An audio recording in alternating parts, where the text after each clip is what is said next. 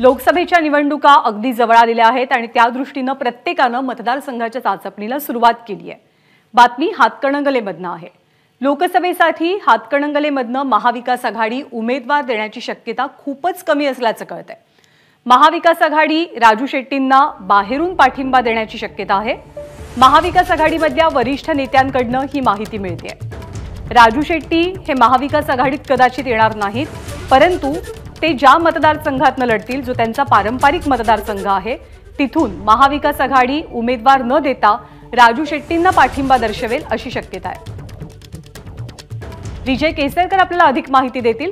विजय, हातकणंगलेमध्ये आगामी लोकसभेत काय गणित, कशी समीकरणं दिसू शकतात?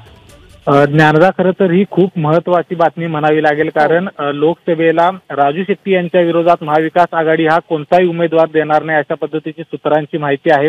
कारण महाविकास आघाडीची प्राथमिकता हीच आहे की सध्याचे जे खासदार आहेत धैर्यशील माने यांचा पराभव करणं हे प्राथमिकता महाविकास आघाडीची आहे। आणि म्हणूनच कुठेतरी राजू शेट्टी यांना काँग्रेसच्या माध्यमातून किंवा सतेज पाटील यांच्या माध्यमातून चर्चा केली, मात्र राजू शेट्टी यांनी महाविकास आघाडीमध्ये येण्यास नकार दिलेला आहे।